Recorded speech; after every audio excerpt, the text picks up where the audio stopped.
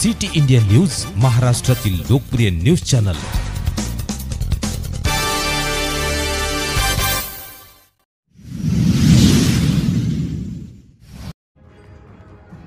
पुणेरी पगडी बहाल करत शिरूरच्या तहसीलदारांचा सन्मान। शेतरस्त्यांचा प्रश्न सुटल्यास शेतकऱ्यांचे उद्योग व्यवसाय उभे होतील। शरद पवळे महाराष्ट्र राज्य शिवपाणंद शेतरस्ता चळवळीचे प्रणेते।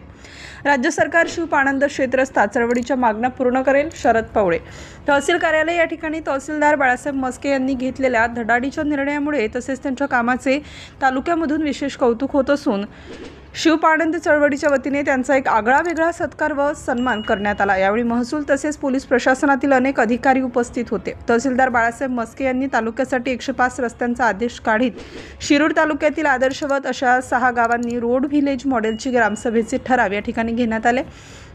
हे आदर्श आणि प्रेरणादायी काम आहे। यासाठी अनेक शेतकऱ्यांनी निस्वार्थपणे यामध्ये योगदान दिलेले आहे। तसेच तालुक्यातील भूमी अभिलेख, बीडीओ, तहसीलदार, पोलीस प्रशासन सगळ्यांनी एकत्र येत समन्वय घडवला। यापूर्वी प्रशासनाचा ताळमेळ बसत नसल्यामुळे अर्ज देऊन सुद्धा कामे प्रलंबित राहायची आणि विस्कळीतपणा यायचा, परंतु चळवळ आणि प्रशासकीय अधिकारी यांच्या माध्यमातून समन्वय साधल्यामुळे आज त्याला चांगले स्वरूप प्राप्त झाले आहे। त्यामुळे एक ऐतिहासिक काम शिरूर तालुक्यामध्ये होताना दिसत आहे। राज्यासाठी शिरूर तालुका हा मॉडेल म्हणून येणाऱ्या भविष्यकाळात लोक पाहतील।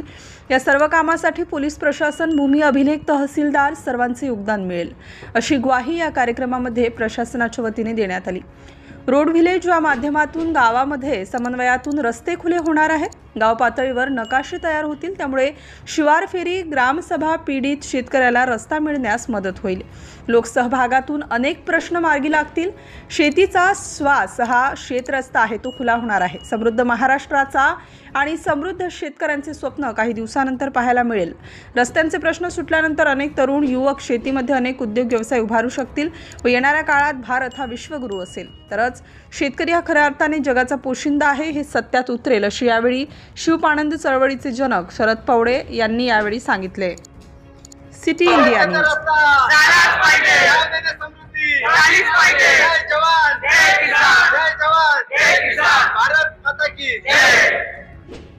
पहिले घ्या, त्याच्यानंतर हळूहळू जिथे पर्यायी रस्ते आहेत ते नंतर घ्या। म्हणजे ज्या लोकांना खरंच अडचण आहे की पहिले मोकळे होऊन जातील आणि नंतर कसे आपण रस्ते मोकळे करायचा त्या ठिकाणी निर्णय घेतलेला आहे। त्याच्यामध्ये मंडळ अधिकाऱ्यांना पण मी आणि सूचना दिलेल्या आहेत की गावामध्ये ज्या रस्त्याची शिव आणि सांगतो तुम्हाला पहिलं मोजणीचा विषय, कारण मोजणी फक्त आपण शिव आणि पांदनला करू शकतो। लक्षात घ्या, आपण शेत रस्ते मामलेदार कोर्ट ऍक्ट मध्ये आळवला रस्ता किंवा नवीन मंजूर केला क्षेत्राच्या तिथं मोजणीची आवश्यकता नाहीये, हे सर्वप्रथम लक्षात घ्या। ज्या ठिकाणी शिव आणि पांदन रस्ते आहेत त्या ठिकाणी आपण मोजणी करून तातडीने संबंधित ग्राम महसूल अधिकारी, मंडळ अधिकारी आणि पोलीस विभाग पण या ठिकाणी आहे, मोजणी विभाग आहे, पंचायत समिती पण आहे, त्यांचे पण लोक आहेत, त्यांचे स्थानिक कर्मचारी यांना घेऊन आपली चळवळ यांना घेऊन आपण ते रस्ते त्या ठिकाणी मोकळे करणार आहोत।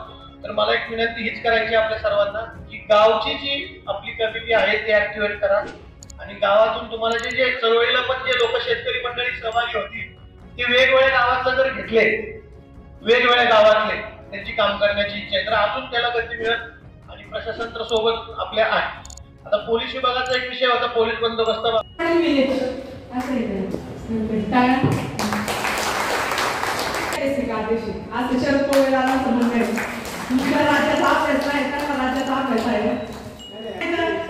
शेतकरी प्रत्यक्षात अंमलबजावणी झाल्याशिवाय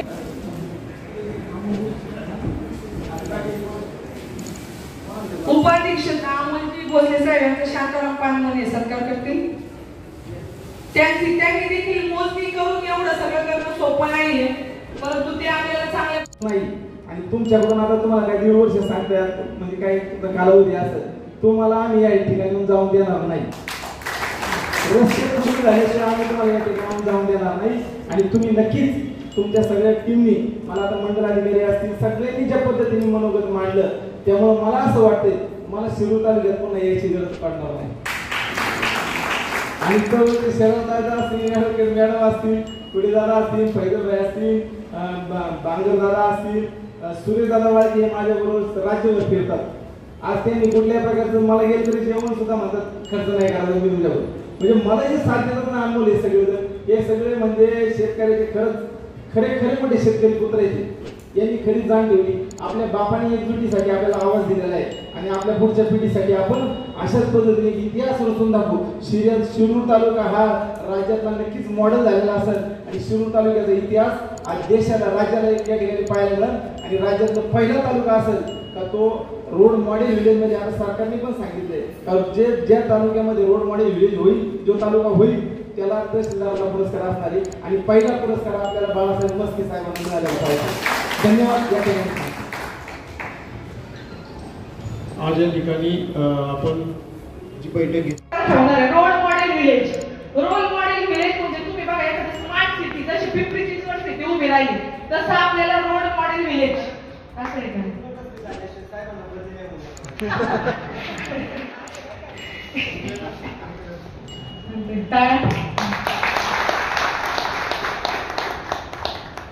चांगल्या पद्धतीचे आदेश काढले 105 रस्त्यांसाठी मोजण्याचे राज्यातले ऐतिहासिक आदेश. असं शरद पवार असं म्हणणं दुसऱ्या राज्याचा अभ्यास आहे, त्याला राज्याचा अभ्यास आहे आणि खुले झाल्याशिवाय थांबणार नाही. तर शेतकरी रस्ते खुले झाल्याशिवाय थांबणार नाही. आदेश काढले परंतु प्रत्यक्षात अंमलबजावणी झाल्याशिवाय एकही शेतकरी आणि संघटनेचे लोक थांबणार नाही.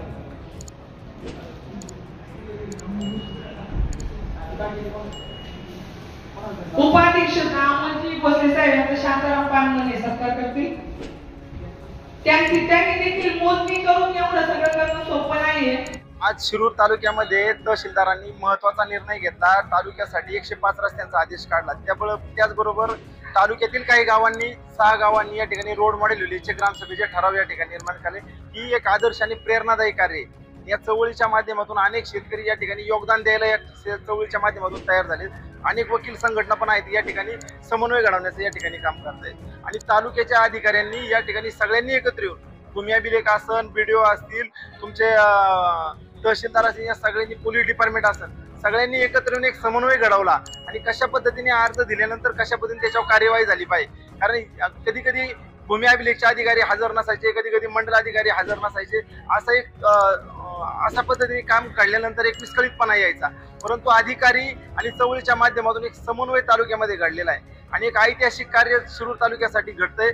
शिरूर तालुका हा राज्यात मॉडेल बनण्याचा एक प्रवास या ठिकाणी दिशादर्शक प्रेरणादायी कार्य या ठिकाणी पार पडते. 6 गाव रोड मॉडेल करण्याचा साहेबांनी या ठिकाणी निर्णय घेतलेला आहे आणि त्याचबरोबर 105 नव्हे तर शेवटचा प्रत्येक रस्ता खुला करून देण्यासाठी या ठिकाणी आम्ही आवाहन केले आणि त्यांनी या चळवळीच्या माध्यमातून जे आवाहन केलं त्याप्रमाणे त्यांनी विश्वास दाखवला की आम्ही शेवटपर्यंत प्रामाणिकपणे काम करू आणि आमच्या गावोगावचे शेतकरी या ठिकाणी सहकार्य प्रशासनाला पूर्ण सहकार्य करण्याच्या तयारीत आहेत.